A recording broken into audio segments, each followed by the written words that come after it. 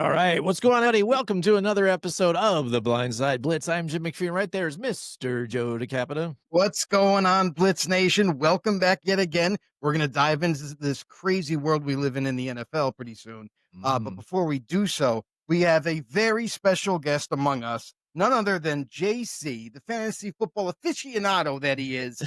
Welcome to the show, brother. What's up, y'all, man? I'm grateful that you guys asked me to be on. I know Iggy was on here before, so it's an honor. Yeah, absolutely. And what a crazy season so far in the NFL, all over the place. Some teams are up one week, the next week they're down. It's got to be hell to play fantasy football this year. I'm glad I'm out because right now I would be on some serious therapy right now. Yeah, it's been a wild year. I think we were kind of talking about it a little bit before we came on here.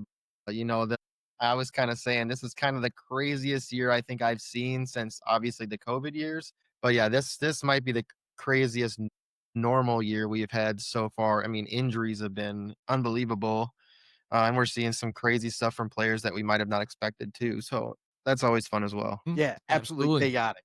Absolutely chaotic. And you talk about injuries. It's been insane to the membrane since week one.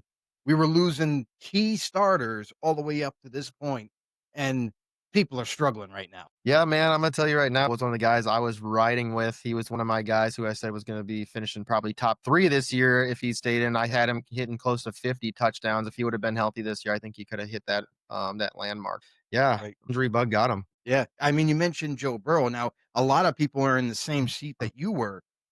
What was the, transition that you made? Was there a quarterback available that you could pick up that kind of like alleviated that loss for you? Yep, Drake Maye. Drake Maye was out there, and he was somebody that kind of flashed last year a little bit here and there. Obviously, had some growing pains. I kind of see a little bit of Josh Allen in him. He's kind of like that guy who's gonna, he had 3 kind of years that he's struggling, and all of a sudden, boom, he's smashed. And now he's that top guy. I feel like Drake Maye can kind of develop into that guy by next year. This year, man, he's looked very well, and he doesn't have top offensive weapons. He's got a rookie back in the backfield, and you got the guy who fumbled the most fumbles in the NFL last year back there as well. And then you got a couple of guys who've just been, random rookies, and then younger guys that haven't developed yet, and all of a sudden here we got Kayshon Boutte, who hasn't done anything in a while, and all of a sudden he's blowing up. It's fun to see some of these players kind of show out. Hunter Henry's been there to help him, and I don't know. It's Right. He's awesome, and Yeah. I would highly recommend if this is Dynasty, I would, go out. He's somebody I would be definitely targeting. He's great. Yeah, absolutely. You talk about like guys like Drake Maye, who maybe for most people, maybe weren't really thinking about Drake Maye early on or taking him to be their starter. But now you have a lot of people really interested. Yep. If he's not already on a roster, if he's available, you need to snatch him up. Yep. But talk to me about some fantasy sleepers that you have in mind. I mean, for a lot of teams that have suffered these injuries up to this point and are still looking for help, what are some fantasy sleepers that come to mind? There's probably somebody out there. Xavier Leggett is probably a guy that you can probably go get for really cheap. He might even be out on waivers. In 10-team leagues, he definitely is. 12, maybe not, but I think you can probably get him. He did have a huge boom week this last week. But it's really what is this team? What is this team really? Who's going to be out there? And Bryce is hurt now, but somebody's going to be out there throwing, right? Andy Dalton, and Andy Dalton's going to be looking for guys that whoever catches the ball is going to be who he's looking for. But I think this week you're going to see a lot of the backfield, right, on that team. But Xavier Leggett's kind of somebody I would want to go at. Tez Johnson is another guy that I'm looking at, especially with Mike Evans going down. Shout out to Mike Evans, man. I think this is the year where the cliff has finally found him. But Tez Johnson, man, he legit stepped in. He had a ton of targets, and he did a lot with those targets. So Tez is another guy that I would be looking at. Cade Otton's another guy that you can go grab just because of these. He's been a really good guy in the end zone, in the red zone, getting a lot of these random targets. Obviously, Baker Mayfield this last week didn't look great, but whoever's open, he's going to be throwing to. And I think, Cade's going to be a guy like that. Arunde Gradsen is another guy you can go out there and grab if you need a tight end. You probably get him really, really cheap. Yeah. I mean, explode this week, right? He had a huge week. Absolutely. I think it was like 27 points or something crazy. 169, or it was like 160 plus yards. A touchdown. It was a huge week. Those are kind of some some guys I'm kind of looking at that are a little bit more deep. I'm trying Yeah. to think of a running back that might be out there. Oh, Shard Smith. Okay. If you want to target him, he's kind of somebody that me and Joe, my guy Joe, who does work for us over at the Sports Affiliation, him and I were kind of talking about Brashard Smith, and before the season started, he looked like somebody who could be really, really fun in that backfield. Somebody who could catch the ball out of the backfield. But now they kind of got Rice back, and he kind of does stuff like that. But Brashard, he did flash this week. He got a lot of, he got into the end zone, I believe, but he put up like 13 points, for a third. So if any one of them goes down, and we know Pacheco can get hurt, we know Kareem Hunt can get hurt. So, Brashard Smith's another guy you can kind of just throw at the end of your bench and hope that he kind of gets in there. Catches fire, right? And that's the thing. Yeah, we mentioned, you just brought up Arunde Gradsen, who tight end for the Chargers, who honestly the last couple of weeks been very productive. Yeah. Obviously, he just had that breakout week this past week, but averaging in the last 2 weeks, 8 targets each of the last 2 weeks, 7 catches. I mean, that right there, forget about the yards afterwards, but that right there, he's being heavily involved. So you are hitting the nail on the head on that one. That is definitely it could possibly be a gem for someone looking for tight end help. Yep. That brings us to what happens now, right? When you play fantasy football, you might have a great team. You're pretty set at this point. You kind of know, and you have a feel for your roster. I don't. Some people are like, we're pretty comfortable. I don't really have to make too many transactions at this point. I'm good with the rest of the season. But others, on the other hand, might be struggling a little bit, might be looking for some answers, because obviously we mentioned injuries earlier in the show, but also bye weeks happen in fantasy football. So this is a critical mid-season, I like to call it mid-season crisis for some people. And with some of these struggling fantasy teams out there, is there any kind of advice that you could give them, whether it be player additions? I know you mentioned already a few, or possible trades. I can kind of talk about, so we do it it's kind of like an analyst league that we do just for Sports Affiliation, and we have a couple listeners that join us too. But we had a couple trades go down on there that were, some people were questioning them, but the reason that these trades went down, right? So we had a guy in there that was 0-5, and he had to make it. He had to make a trade, and he had some good players on his team. He just had some injuries, and he had no quarterbacks that weren't on his team that were doing well. He had Geno Smith, and I can't remember the other quarterback he had. He was either injured or it might have been Fields, but it was just, there were guys that just were not doing anything for him on our team. And in this league, we have crazy scoring points. It's kind of like a little bit of Scott Fishbowl, and then we also get like first down points. But obviously you get subtracted points if your quarterback's doing, terrible. So he made some moves. He had Jonathan Taylor and Quinshon Judkins on his team, but he moved both of those players, and he ended up getting some depth on his team. So he ended up getting Rico Dowdle in one of the trades, and Shaheed and Taylor, or who was it? Can't remember the other one, but he ended up getting in another trade. He ended up getting Aaron Rodgers and another running back. I can't remember, but now he's won back-to-back weeks. With those 2 trades, he's won. Now he was the third highest score in our league this last week. But with those trades that he made, he might have lost some 2 players that are consistently scoring, but he grabbed a quarterback that he needed. He grabbed some depth at positions that he didn't have. And the first week that he made the trade, it kind of looked bad, but it also helped him fill places that he had on his team that there was players he didn't want to drop on his team, and he was able to make this trade to where he could drop certain players he wanted to grab, but there was nobody out there on the waiver wires that are going to be able to fill positions on his team. So it was like a life or death kind of trade that he made, and it gave him life. So sometimes the trade might not look good right away. I try to tell people this too. Don't judge trades right away. You don't know how a trade is. You can actually, in Dynasty, you can look a year down the road and be like, why the hell did I make that trade? Right. And it was really great at first, and now it's terrible. Yeah. Right. You never know what's going to happen in the next couple of weeks. Right. Those players that you traded for, maybe because I had a guy who wanted to trade in the league. He traded for Saquon this week. And how did that help him? Yeah. Not at all. Mhm. You could be trading for big player names, right? And you think something happened, and maybe nothing happens. So like I said, if a trade you think maybe not great, look deeper down the road. Or even look right now. Is this going to help you right now? Is this going to help you next week? If you can get those next couple couple of wins, maybe something else happens for you. Maybe somebody on your team kind of comes back, or maybe something on the waiver wire opens up for you. Sometimes you have to just make some moves, even if it hurts, even if it's a Yeah. big player name. Just make the moves. If otherwise you're giving up, and your player is just going to sit on your team Mhm. anyways and do nothing. So if you want to play, I mean, this is a game, so you have to make Mhm. moves to continue to play the game. And like with what we've talked about this year, it's been so crazy. You can't give up. You Yeah. have No, to not you at have to all. dig deep and try to find something, even if it's like little things you can find later. Like, look, you can even find, all right, if I can get out of the hole and get a couple wins this week, what are some players that I can look for deeper later that are going to help me in bye weeks? Because you have to, now that you're so, or 2-4, 2-5. Mhm. What are we, week 8, 2-5. So if you're 2-5 and you have to go in and you know, get a couple more wins, you can't miss those bye weeks. You have to have players to fill in those weeks. You can't have any struggles. You have to be great every single week. And you have to, another thing too is, you got to look, you really do well on your percentage of start percentage. You have to be very well at knowing what players to start that week.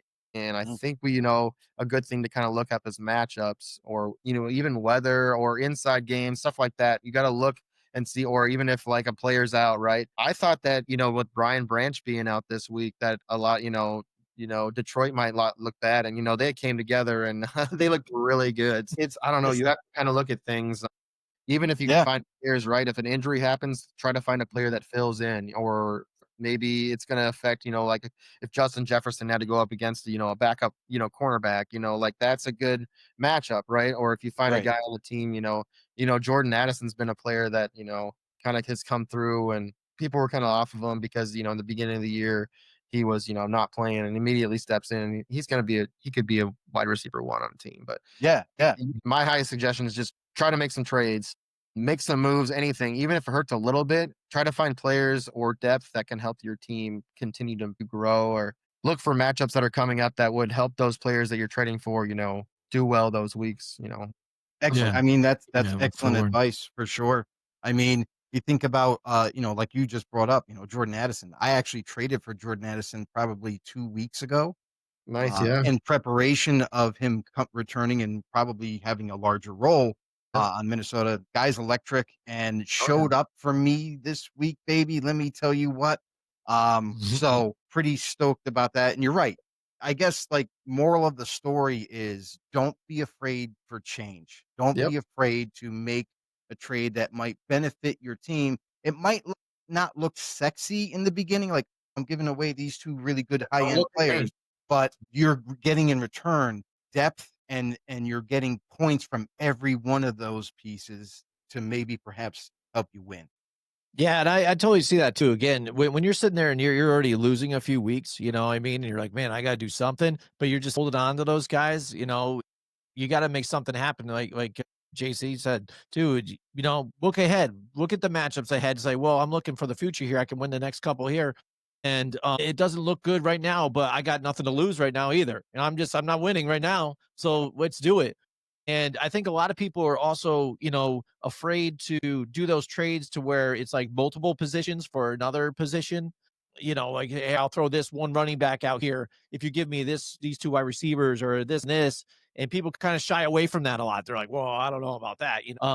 What would you say to somebody like that all of a sudden is afraid, like, well, you're only giving me one player, I'm giving you two of mine, so I don't get that. I say the one thing is, it's like superstars. You gotta stop. Sometimes you gotta not look at names. Hmm. There are opportunities. You could find opportunities, like players like we were just talking about, like Tez Johnson. He's literally gonna go Mhm. into an opportunity, and you could throw him that in a trade, right? If you have a big Mhm. player, get a mid, like if you're trading away a wide receiver one, try to get a higher tier wide receiver two, and then like a Tez, like somebody in there that is probably going to give you easy flex every single week, to low end wide receiver two, high end wide receiver three every single week, just because of the amount of opportunities he's going to have now with Mike Evans being out. Um, Yeah. He's now that guy. I feel like he's definitely Yeah. him.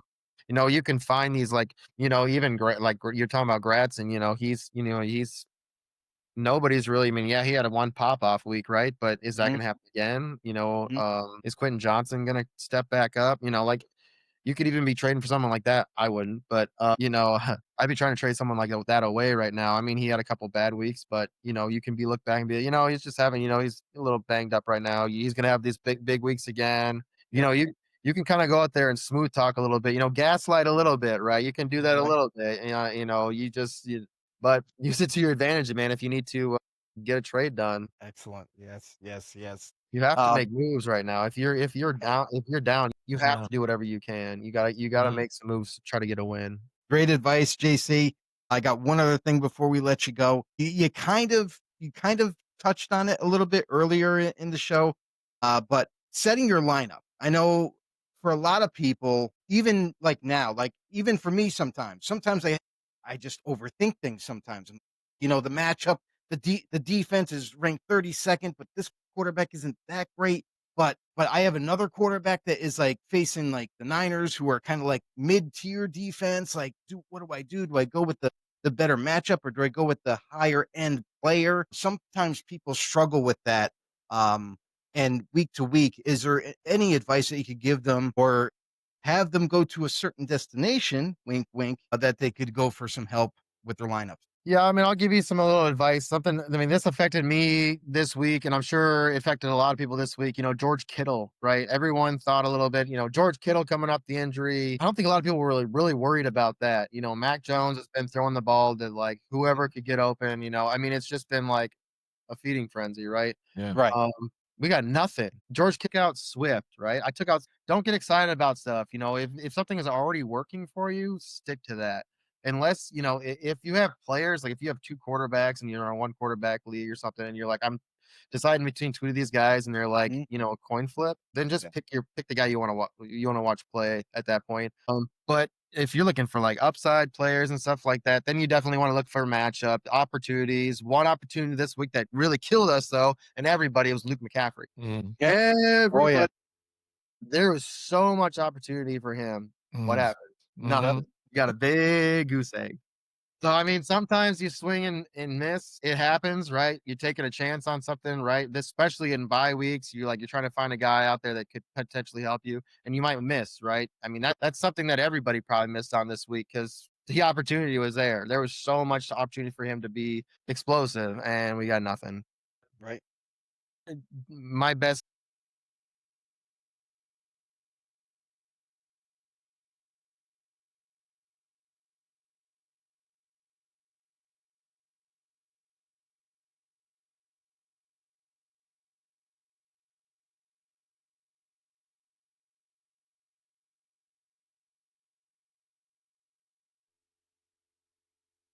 Yeah.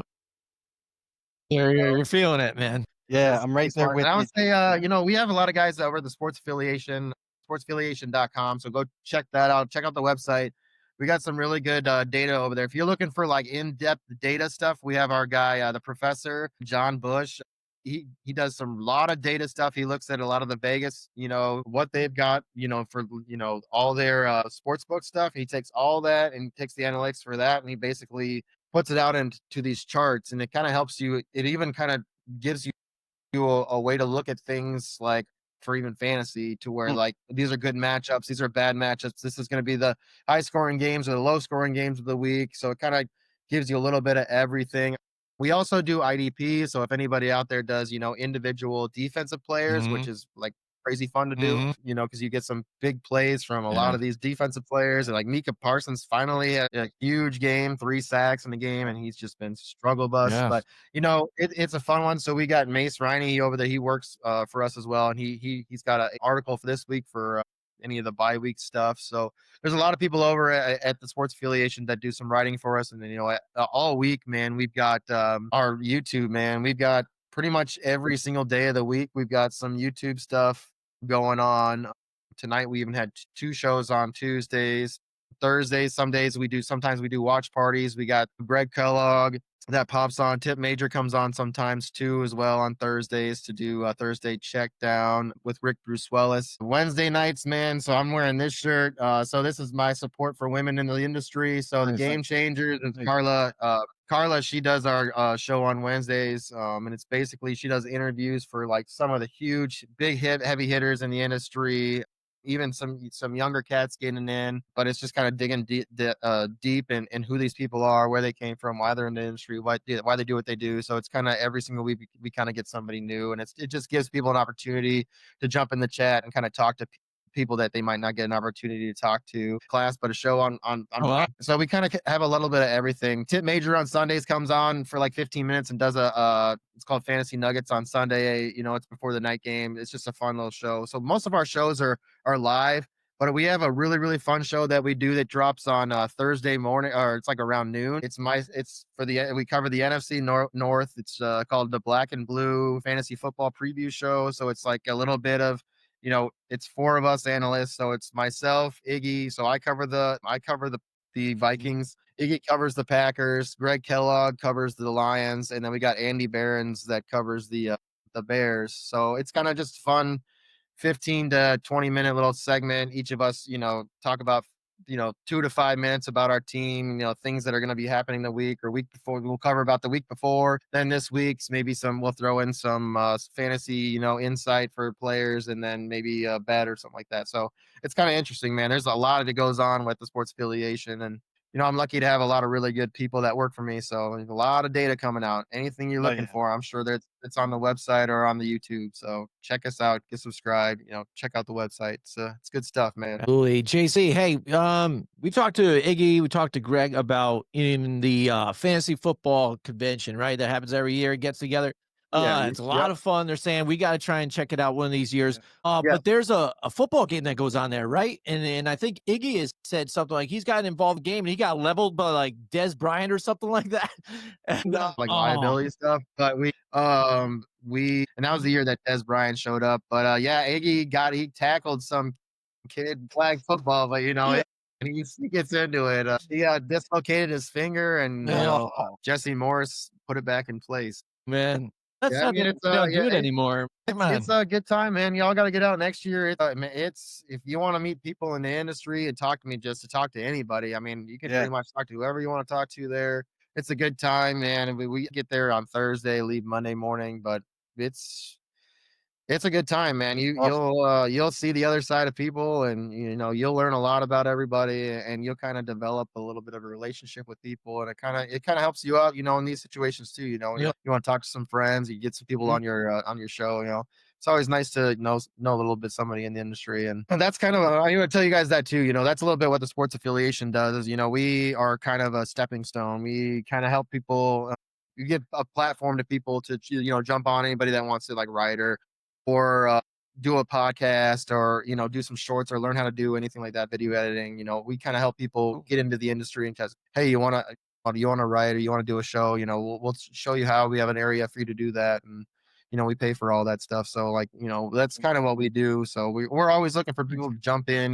We're a positive community, and we just like to help people, grow in the industry, and that's what we do. So awesome. That's right. JC Money Design on X. That's right. Follow him there. Then also he's CEO at the Sports Affiliation. Thank you so much for us talking some fantasy. Before we go, actually, one more time though, too. I gotta ask you, because you're a Minnesota Vikings fan here too. What's your take so far on JJ McCarthy? I'm not kidding, man. So you can go. I want you to go check. I'll send you the link for week 1. After week 1, how hyped I was on JJ McCarthy, and then week 2, and then you can watch week 2 and how it was a complete different. It was basically my chest was puffed out after week 1, and then it completely deflated after week 2, and then I don't know why they went out and got Wentz. I think that was the worst idea they ever could have done. He underthrows or overthrows. I mean, there's no in between. It's been, and I like Max, the guy they have, the third stringer. I mean, if you're in for leagues and dynasty, I would go get him. He's I think he just needs to be developed a little bit, but he's on the right team to do that. And he's from Minnesota. He played on the Gophers. Max, I think it's Brosmer. Yeah, he's got an arm, man. He can throw the ball. He just needs to be developed. I'm worried about JJ, man. He's injury prone. I'm going to call him that now. That's back-to-back years with an injury already. One of them who took you out for a full year. I don't know, man. If he doesn't play this week, I don't know how you can play him after. You have to get him in there. You have to know if this is the guy. I mean, I'm worried. If he's somebody I'm okay missing on. If you have somebody out there that is like hyped about him, and right now is, when you can get rid of him, if he doesn't do anything when he comes back, you're stuck with him. Right. So if you Yeah. can get something for him, I'm not afraid to miss on him. So if you, he's, I agree. Yep. I know. I figured, hey, I'm calling for Marcus Mariota, dude. I'm calling There you for go. Marcus There you Mariota go. to Minnesota next year. Just a 1-year deal for Mariota. Let him get on his feet. He looked fun. Yeah. Yeah, he definitely surprised me this year, filling in sometime for JD Daniels. So, yeah, hey, did the fans tell you the truth, though? That's why I had to go and ask JC right here, though, too. I mean, that's what I mean. You know your team, you got to hear it from them, and that's what I'm talking about. Hey, some other people would tell you differently. I'm just, I'm very honest with my team. I'm not from here, so I'm a little bit more, I get hyped. I get excited. I'm not gonna lie. I get a little excited, but I still get, we still got to remember, we don't have any trophies, so there's that. Absolutely. All right. Thank you, JC, Money Design at X. That's right. Sports Affiliation. Thank you so much. And hopefully we'll talk to you soon, buddy. Absolutely, man. I appreciate y'all having me on. Take care. JC right there. Sports Affiliation. Yeah, Joe, fantasy football talk. Fantasy's getting crazy right now, too, Joe, with the different, injuries that are going on. You get different starting quarterback every single week, right? Too. I mean, injuries at quarterbacks. Look at how many backups are now starters, right? And then how many quarterbacks that seemed like failed quarterbacks for other organizations are starting for other teams right now. So, I mean, this is a weird season, something I have never seen before. It's very weird, and it's also interesting too, because like you think about a guy like Sam Darnold, right? Not a lot of people were like super high on him, even though he had that good year with Minnesota. He goes to Seattle, and some people, like me included, I was a little skeptical. Like I wasn't sure going to a new team, learning a new offense, how fast he could develop chemistry and understand the playbook and all the nuances of playing quarterback and how well he would play. But he's killing it right now in fantasy. But and then you also have guys like you mentioned that were bench players before and then became starters and now are killing it. Think of Jackson Dart. Perfect. Um, I this year in one of my leagues, I typically don't go high on quarterback ever, but this year was one of those years in one of my leagues where I kind of picked quarterback a little bit earlier. And then in the other league, I was the contrast of that, where I waited for quarterback and I waited and waited and I took Drake Maye, right? So in the beginning of the season, the first week or so, it really didn't look good. And I'm just like, oh man, I made the mistake of cutting him. I did. I cut Drake Maye. And now I'm kicking myself because now you see him starting to take off. But the luxury is the fact that I got Jackson Dart. And Jackson Dart has lit it up in fantasy for me and is now my starter going forward. And this is a guy that can kill you with his legs and also throw the football. So you got both sides of that in fantasy. So yeah, there's very different scenarios with the quarterbacks and even other positions too. Like we just talked to JC and he brought up Tez Johnson. Now Tez Johnson was buried on the depth chart before the season even started, obviously. But with injuries to Chris Godwin, yet again, even after he returned, he got injured again. Now he's out. Emeka Ibuka was out for a week or two, and then Mike Evans, that poor dude is now done for the year. So right, if you're looking to this is where you have to jump at the opportunity for some of these opportunistic players that are going to get it, and maybe they take off. You don't know if they're going to, but you got to roll the dice. And Tez Johnson right now is that golden ticket for some people. Yeah, absolutely, Joe. So again, another crazy week. Week 7 has been flipped upside down again. You know what I mean? Last week we thought we knew what somebody was again. This week it's flipped upside down. It's the opposite. Down is up, up is down. But the Chiefs continue to win now again. And this is what's crazy again. Now they're in the thick of things. No team in that division has tried to really step up and kind of make themselves known, except for now with the debacle that happened with the New York Football Giants here, allowing the Denver Broncos to come back, 33 points in the fourth quarter. I don't want to talk about that right now. I'll save that for I know you don't. I swear there's only coffee in here right now. There should be something else. But yeah, it's just crazy. The Chiefs are rolling again now too, Joe. But let's talk about some of the seats that are heating up before we get to, the Raiders. We're going to talk about the Miami Dolphins, right? Before we dive into this real quick. Yes. JC, if you missed them on our show, fantasy football guru. This dude was awesome on our show earlier. If you missed the interview, you need to go back when we post this video. Make sure you check it out. We got some great fantasy football advice from JC. And he just commented, said, appreciate you all for having me on. We appreciate you, JC. But yeah, that was a lot of fun. We'll definitely do that again. Yeah, no problem. Yeah. Yep, JC, thank you so much. Yeah, so Miami Dolphins, again, I thought they were going to take a downturn a little bit this year, but play better than what they're doing right now. And with everything that's been going down with what Tua's saying on the podium, then what Mike McDaniels is saying back on the podium, back and forth, it is ridiculous. When you see it down on the field too, we talked about the lack of defense, how they're, playing stuff. It's not good, but they're even banged up there. The team is just taking way too many penalties. They had 11 against the Browns here last game here. So, and that just kills drives. You know what I mean? Yeah. So you're killing drives and then the turnovers. He's thrown 3 interceptions in consecutive games. So 6 in the past 2. It's ridiculous. At this point, Mike McDaniels has shown that he's not the right coach for this team.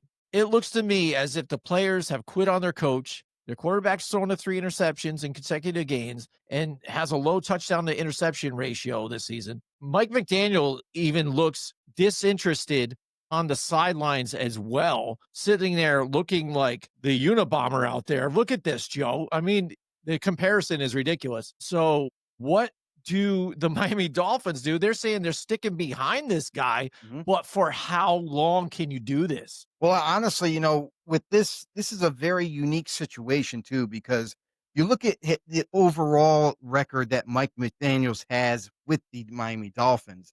It's 29-29. It's 500. So it's not like this guy, has won more games than lost. So there you have that, the record that he holds now with Miami, but also 2 postseason losses. So they've made the wild card round in 22 and 23 and lost both. So, and this is a guy that everybody foresaw as a offensive minded guru, a guy who's very creative. And we've seen that on the football field. We've seen that he does have creativeness. He orchestrates the offense extremely well, calls the game pretty well.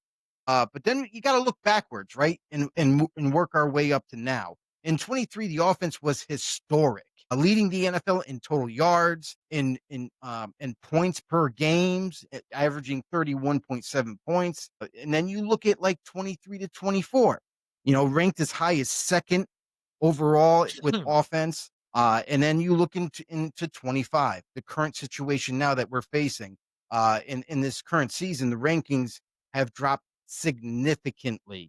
As of week 7, the Dolphins ranked 23rd in offense in impact metrics, despite having the 2nd highest yards before contact per carry. So that right there tells you that there's been a decline in not just offensive prowess from when he first stepped on the scene, but then in the last, this season, including the past couple, there's been a decline in production. And now everybody's got to blame the head coach, right? I mean, that's the leader. So that's what you go to. And here's the thing. I will throw this little nugget in there too, is the fact that Mike McDaniels has Tua as a quarterback. He's been working with him, and the offense was killing it the first 2 seasons that he was there. But here's the problem. And this is where I think it's not as much Mike McDaniels, but it's more about the quarterback, because they played really well when they're healthy, right? You look at that 23, that 24 season, their offense was impeccable. They made it work because of health. Now you look at this team right now, currently, this team is decimated by injuries. And I know everyone's like, well, you got to overcome those. Yeah, but if they're key injuries and your quarterback is declining right before your eyes, there's not a whole lot this man can do. I mean, he just doesn't have an answer for it. And you have a terrible offensive line. It's also beaten up. So, you don't have much protection. You don't have much, run opening up holes for the running game. And then your weapons, Tyreek Hill goes down. One of your biggest weapons that you like to utilize is now gone and done for the season. You're leaning on Jalen Waddle, but Jalen Waddle is having trouble getting open because he's being double teamed every week. And who can you turn to? A tight end by the name of Darren Waller, who just came out of retirement. Now he's banged up again. He's going to be missing time. So it's almost like this season for Mike McDaniels was done before it started. So as much as like the finger pointing, yes, it does go to the leadership. It goes towards Mike McDaniels. I'll argue this, that if he had a healthy Miami football team, I'm pretty sure that this guy would have made this team a competitor for this division. But unfortunately, it's going the other way. Well, I mean, I understand that too as well, but again, it seems like maybe by him coming out onto the podium and calling players out too, and lack of effort, I think is almost had not only, when I talked about the players seem disinterested, they're losing hope in him. You can't be sitting there talking about you got to play better, you got to do that, and you got to show up and work hard and be out there and throwing picks nonstop. Give the game in when the ball's on your side of the field, and throwing turnovers there to where they're scoring easily right back on them and putting you, the game at out of reach basically, and where you can't come back from those turnovers. And I think when you talk about when Mike McDaniels early on with Tua and being tied to him there and making him be a better quarterback, that's when things were good. But right now, since this has kind of happened and he's been outspoken, now you see again Mike McDaniel coming back and say, well, if you turn the ball over that many times, you're going to lose and you're going to do this. So he's not afraid to say that back at Tua and almost cut ties with him to where now you bench him, you put in Quinn Ewers. Now, what do you do? I mean, most people would say, yeah, you're just going to start Tua again next week and stuff, because he probably gives you still the better option to move forward to win.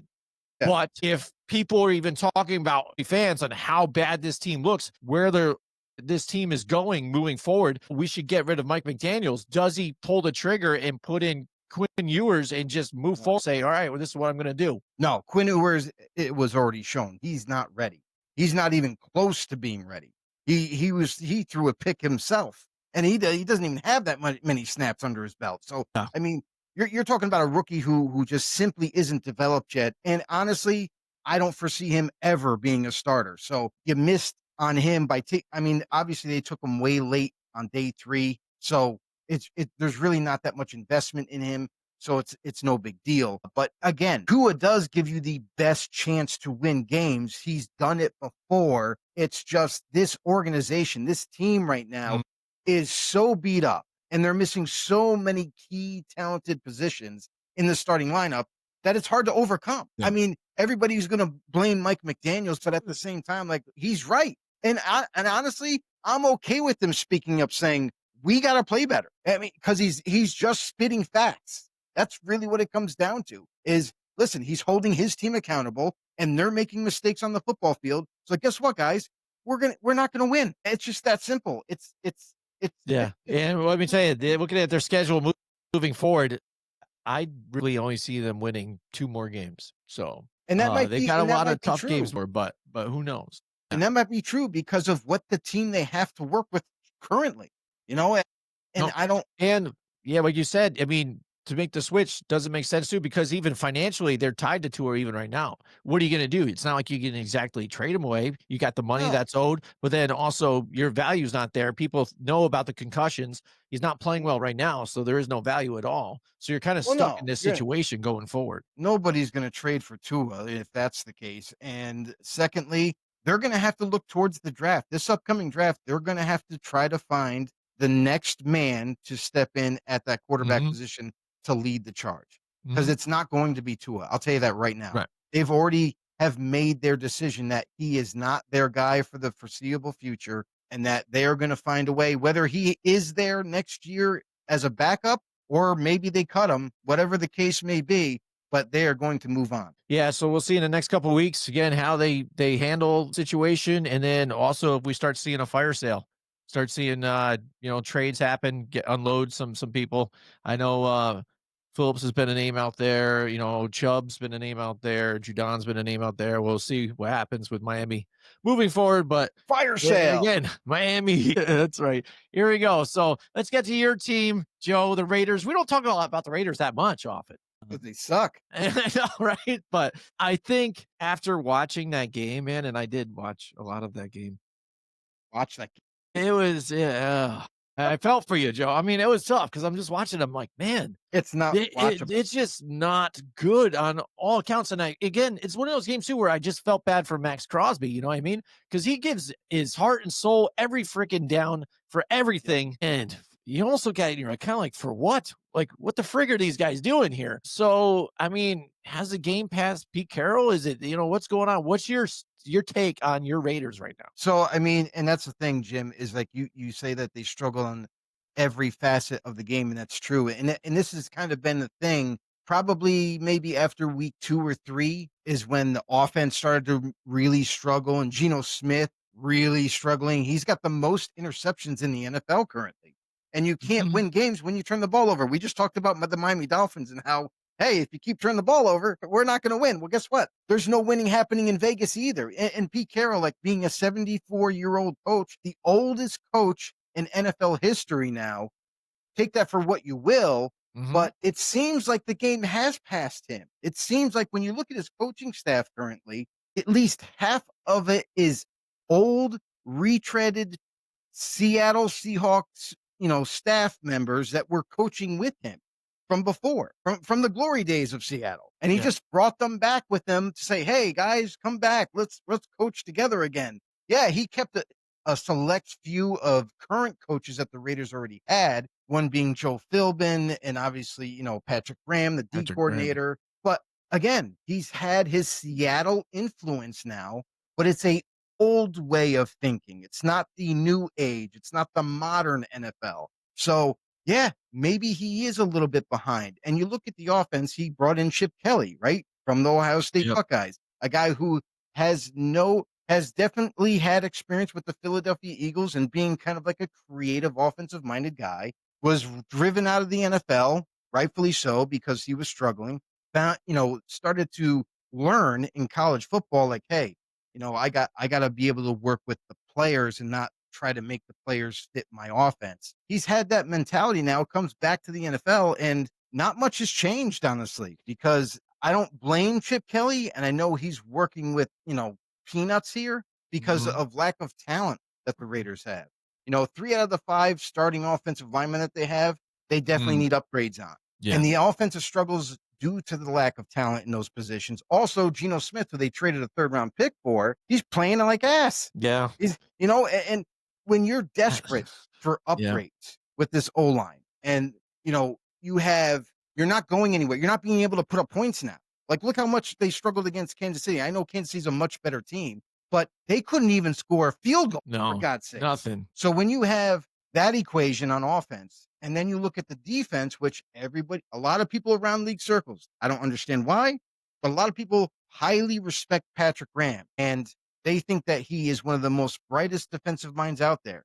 Well, riddle me this. In 2023, the team showed significant improvement under him. They ranked 9th in scoring defense. That's pretty good, right? When he first stepped on the scene. In 24, that's when it started to fall apart. In 24, the defense finished 25th in scoring defense, largely due to a high number of season-ending injuries from key players like Max Crosby and Christian Wilkins. However, those were 2 key players, but everybody else is like, no one really knows who they are because they didn't have high-end talent. They had a couple of big-time guys, but that's it. And then currently now, the defense surprisingly ranks 11th. Passing yards allowed per game, they're 19th. Rushing yards allowed per game, they're 10th. And points allowed per game is 20 points. That's 13th. It's pretty much middle of the league. This is where stats to me don't matter because even though the stats sound good, they sound like they're competitive. But when you watch the football games, Patrick Graham plays this soft zone coverage, basically has all of his DBs off the receivers by 10 yards. And on the snap, they drop back more. So what does that do?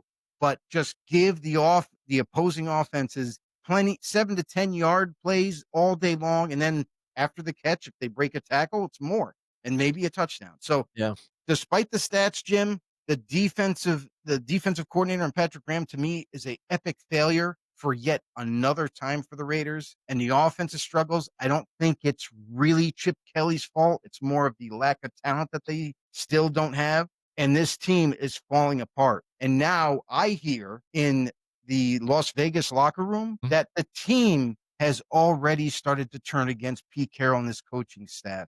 Because does everybody know that Jermaine Pratt from the Cincinnati Bengals, they released him the Raiders signed him. He ended up being their best linebacker, started for them, and then mystically all of a sudden got released because he spoke his mind in the locker room and told them that they need to make better changes. They didn't like being told that. No. So of course he got released. And the locker room feeling was it was complete BS. They were so irate over that move that they're all upset. I think he's literally lost that whole entire locker room at this point, and there's no turning back. Yeah, I know. And I think nothing was more, telling than that last game. You know what I mean? And like you said, it's like one of those things where stats lie, right? Because you talk about those great stats and they look there, but Right. the eye test, you see the eye test, you're watching it and you're just looking at this defense and I'm like, what the hell are they doing out there? And I'm like, and this is what Joe's been talking about. Again, and Patrick Graham, I remember him when he was a defensive coordinator for the New York Giants, and he was okay then. But again, we've been looking and watching this defense kind of ride a roller coaster. It's like up and down, up and down. And this year, again, despite the stats in that game, just couldn't do anything right at all. It was terrible. Couldn't stop the run. Again, soft zone, which plays right into the Kansas City Chiefs offense. Poor tackling, just giving up big plays, chunk plays too. You're just kind of like, what are you guys doing? And I'm feeling for it. And then I'm thinking, like, I almost just called you. I was like, listen, man, this is the week. This is the week Patrick Graham goes, man. It's gotta be. I'm seeing it right here. I know Raiders fans have got to be asking for this. So here's the absolute crazy thing is that they have a bye week. Yeah.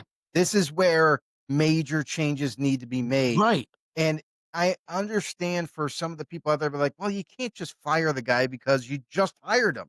I understand that. But technically not, though. I understand. Well, I mean, Pete Carroll, the thing is because this organization, much like the Giants, have always been trying to find that next guy, have been trying to find the right coach, the right players, and they still struggle with it. And here's the thing is you had an opportunity to maybe go get more of a younger, more modern coach. Instead of Pete Carroll, give someone else a shot that deserves it. Instead, you bring a retread coach who everybody was excited for. And I understand, former Super Bowl champion coach. I get it. However, that doesn't always mean you're going to be a winning team. And right now, with the decisions that are being made by Pete Carroll, I don't even know how much John Spytek falls into this because it might be another situation of like, Antonio Pierce and the GM that was there. Like, no one really knew who was the leader. I tend to think that this is all Pete Carroll's show. He has too much power, and Spytek is kind of like just doing what he's told. So this team overall is, to me, it's just completely lost. And I think you need to make a major change, whether it be coaching, like just the assistant coaches, like coaching staff, something like fire Patrick Graham on your bye week. Yeah. Right. That's what I feel like. Again, if you're afraid to just get, rid of Pete Carroll like that, I think, like you said, going into bye week, it's a perfect week to do something. Patrick Graham in there. He's had enough excuses, right? Get rid of him. See what happens. If that sparks something, see if that makes a difference. But like you said, also on the same, plateau where you're talking about, why going forward would you entrust now your draft moving forward? Because you're in between quarterbacks right now. You hired Geno Smith, got him as your bridge quarterback. You expect now Carroll is going to come in here and be like, I'm going to pick my quarterback next year and he's going to be great. And we're going to get, and I'm going to, get somebody, Chip Kelly's going to, bring him in and bring him up and show him the ropes and, it's going to be great. You really entrusted in that right now? Raiders fans, I don't think they do at all. So before the draft, you need to get somebody else in there that can get a quarterback, groom the quarterback, something fresh now. Why let it linger if you think it's bad now? But like I said, the first thing, at least you have to get rid of Patrick Graham going into a bye week. It's a perfect time. Perfect time. Yeah. Get a week, get everybody refreshed and everything again, get a reset, and then move forward. And don't stop there. You got two fat gerbil of linebackers that are slow and can't freaking move. You might as well change out linebackers as well. And then offensively, I would make some changes with the offensive line coach. And maybe not a lot of people know this, but guess what, everyone? It's Pete Carroll's son. It's Nolan Carroll, who's the offensive line coach. What? This is the same offensive line personnel-wise as last season. And last season, they were better. So you do the math. So because he hired his kids, and obviously he's not going to fire them, at least demote them.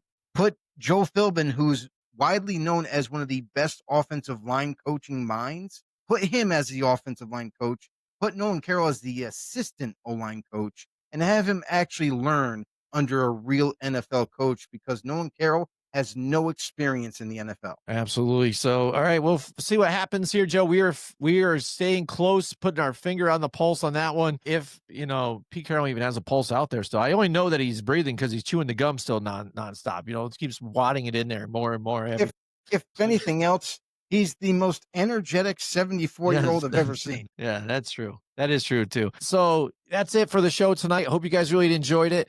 Next week, we're going to be back with the roller coaster that is the NFL, the ups, the downs, the twirls, the spins, everything known to man. Who knows what's going to go on here too, the roller coaster that is the NFL. Hope you guys join us next time. Joe, if they don't know already, tell these people that are still listening here how to get more episodes of the Blindside Blitz and more episodes from Grumblings Media. If you want more great NFL content, like obviously this show, and there's other podcasts as well, head over to Grumblings Media. Hit that subscribe button for us while you're there. Also, don't forget to hit thumbs up and tell a friend to tell a friend. That's it. Share it. Spread the word. We'll see you guys in the next one. All right. See you guys later.